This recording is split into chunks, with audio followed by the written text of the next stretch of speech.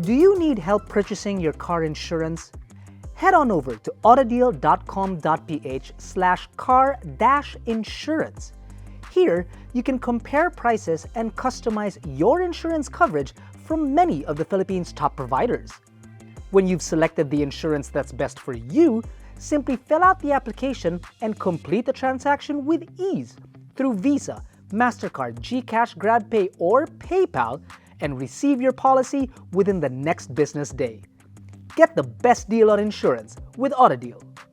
Okay, so full disclosure, we're extremely excited about this video because, well, we've been sitting on it for about a month. A month meaning no publishing whatsoever. In a month's time, who knows? I could finally be 7 feet tall and Ferrari could have a winning team, constructor and driver. Yeah. Sorry, I can't believe I said that with a straight face. But really, the truth be told is I'm really excited about this video finally being published because now we can tell you that this is going to be available in the Philippines. And if you don't know what it is, well, ladies and gentlemen, this is the 2022 Mitsubishi Xpander. Yep, and it looks absolutely great. Now, this video obviously is launching in March.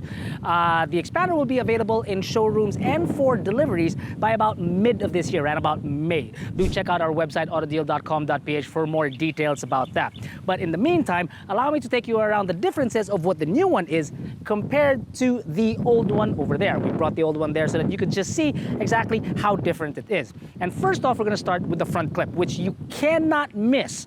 Obviously, the lights, which looks like a massive letter T, or Thor's hammer if you want to compare it to a Volvo. Now, in the previous generation, the lights up top were basically just your park lights. Now, these are still your park lights, but they're also your DRLs as well. And as with the previous generation, where the signal light was found down below, the signal light is actually up here, right underneath the park lights. It's all LED. The headlamps are still found right here, but this T is actually the biggest change from the previous generation. Another massive change also is this grille. The grille in general is really not just the dynamic shield, but the grille as well. As you can tell that the grille on the other side is completely different to the grille on the new one. And the shield may still have the same shape, but obviously this one is all blacked out. The largest difference still, I cannot get over these lights. And it's this front face that, or this front clip that's getting me all excited. And I'll let you know just exactly why later. Let me get through the car first. I'm sorry, I'm getting ahead of myself. And of course, you've got your fog lamps found down below, which are still halogen bulbs, by the way. So moving on down the side, the previous generation has 16-inch wheels. The new generation has 17s. Now, the previous generation, only the Cross, the Xpander Cross, had 17s. Now, up and down the line, you now have beautiful 17-inch wheels. That is actually a big plus. Still the same chrome that you can find all around the vehicle. And now the ground clearance as well has increased. It is now closer to that of the Xpander, which is roughly about 200 to 225 millimeters. That's not the only thing, by the way, that has increased along with the wheel size, because now it's taller by about 50 millimeters and longer by about, Joey, correct me if I'm wrong, it's about 120? About 120 millimeters longer. So the car is a little bit bigger. These figures may not seem like much because you're only talking about 50 and 120 millimeters, which is barely anything. But the amount of legroom that could point out, or rather that you could benefit from the inside, that is completely something else. Now, come on over here to the rear.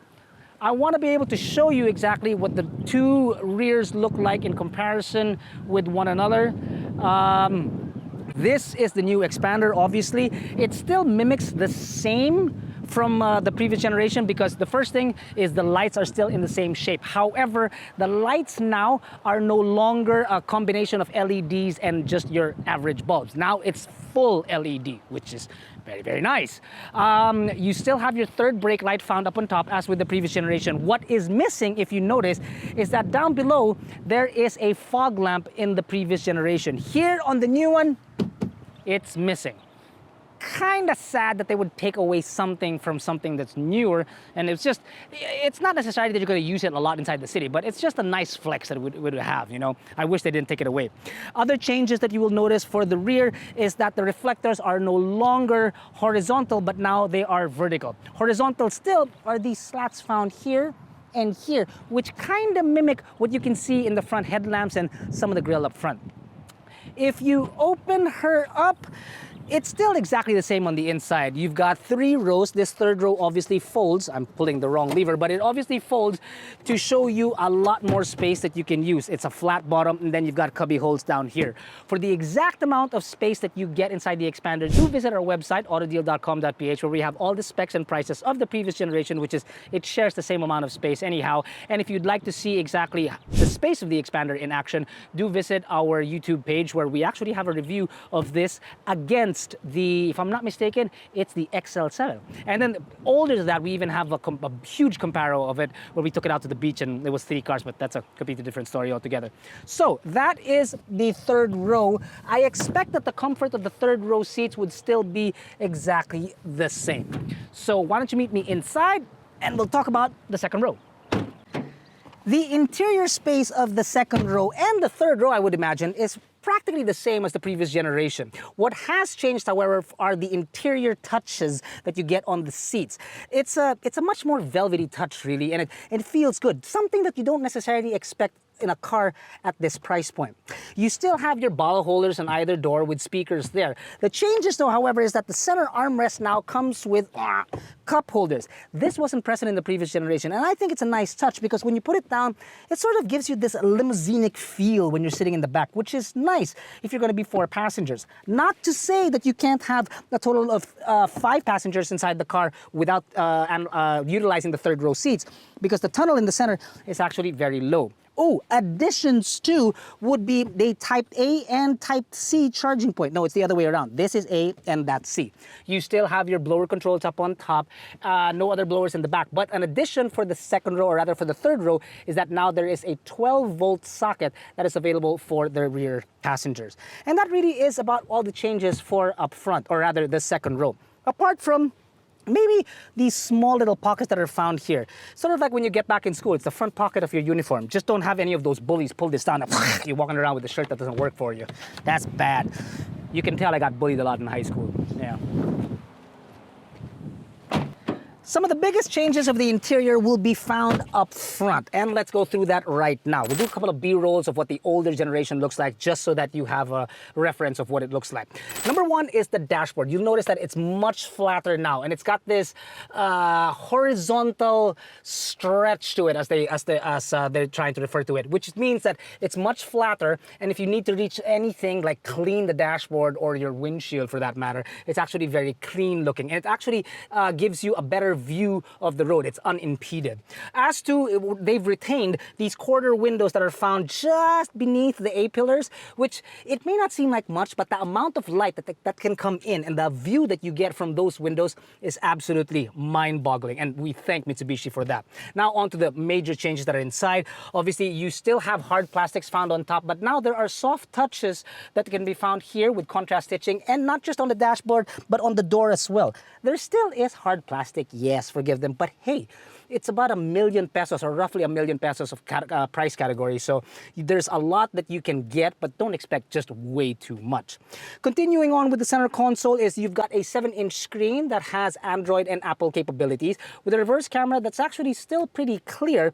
Then underneath that, you've got your air controls, which are now have a digital screen and buttons that move up and down instead of knobs, which I think adds a little bit more premium to it. Underneath that, you've got a cubby hole with a USB charging point and a 12-volt socket.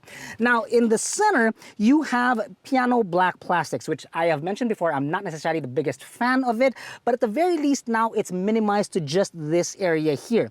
In most other cars, there are piano black plastics found even in the cup holders, and that, unfortunately, does get scratched up quite often. But I'm glad here they minimized it. Still looks good, however, with some brushed aluminum here. The cup holders are no longer in a vertical position. Now they're in a horizontal position, which they say is a bit more ergonomic.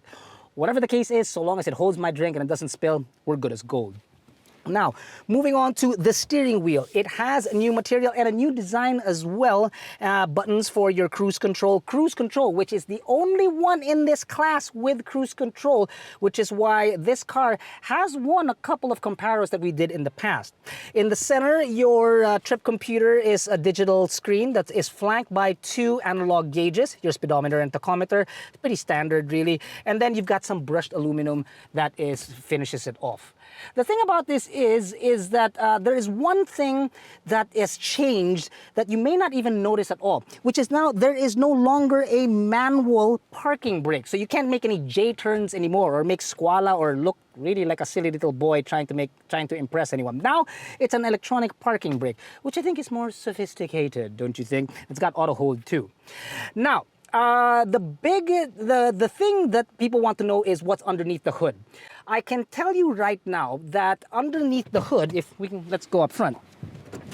Underneath the hood is still the exact same engine as the previous generation. It is still a 1.5 liter mated to a 4-speed automatic transmission. Now, in the other markets, you do get a CVT. Unfortunately, for us in the country, we don't get a CVT. We only get a 4-speed automatic transmission. So if you're looking for an upgrade in terms of fuel efficiency or fuel economy, it's probably still gonna be the same. So, what they have changed underneath is the suspension. I don't know if you've noticed, but it's not as if we're on the highway or anything like that. Let's go for a quick and short drive and see if we can get feedback about the suspension, about maybe some of the NVH in there. Don't expect much, but at least let's get a little something, right? Come on in.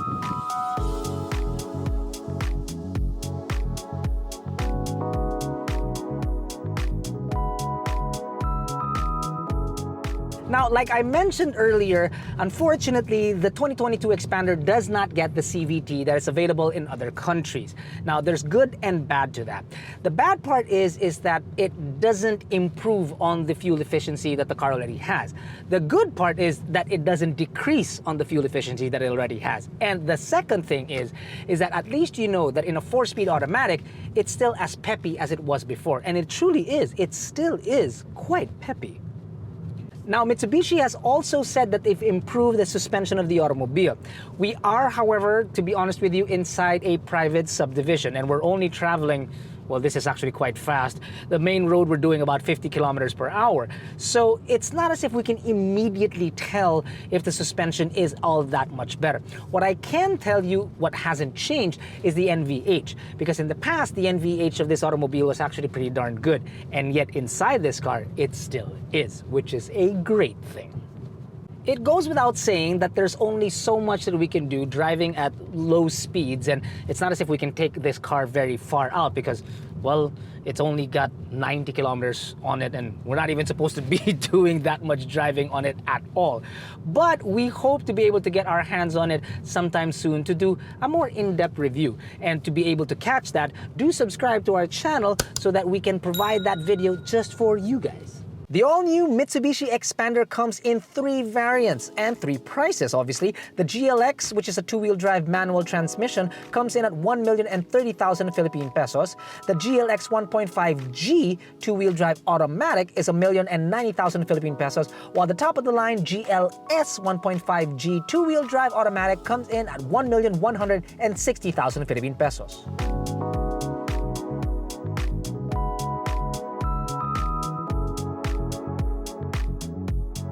Now, earlier, one of the things that I did make mention that I'm extremely excited about is the front face of this car. Because of the very many possibilities that could come of it. Simply because, well, you know, the design comes from larger cars and then it goes to smaller cars. And at the same time, some designs from smaller cars get into larger cars. And what I'm trying to get at is, there is a good chance, there's a better than good chance that what we're seeing right here could end up on a much larger, perhaps SUV. But that's for another time and another video. Thanks for watching, everyone. Stay safe. See you soon.